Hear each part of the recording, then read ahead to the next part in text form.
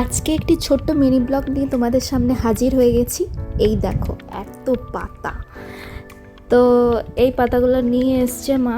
এই যে লাগানো হবে এগুলো, এই যে তোমাদেরকে দেখিয়ে দিচ্ছি, এই যে হাতে করে দেখো। কিছু তরকারির জন্য এনেছিল এই পাতা বা গাছ, যা বলতে পারো, এইগুলো এনেছিল তরকারি হবে বলে। আর কিছু হচ্ছে লাগানো হবে, ওই জন্য মা শিকড় সমেত এনেছিল।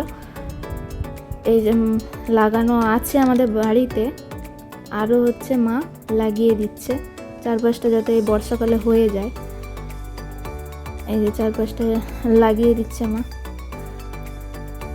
এই পাতাগুলো কে কে চেনো কমেন্ট করে জানিও, পাতাগুলোর নাম কি। এই পাতার কে কে তরকারি খেতে ভালোবাসো বা কে কে বড়া ভেজে খেতে ভালোবাসো আমাকে কমেন্ট করে জানিও। এর অনেক রকমই রেসিপি রয়েছে, তো কার কোনটা ভালো লাগে সেটা জানিও। আর আমাদের শরীরে এর উপকারিতাটা কি সেটাও আমাকে প্লিজ কমেন্ট করে জানিও।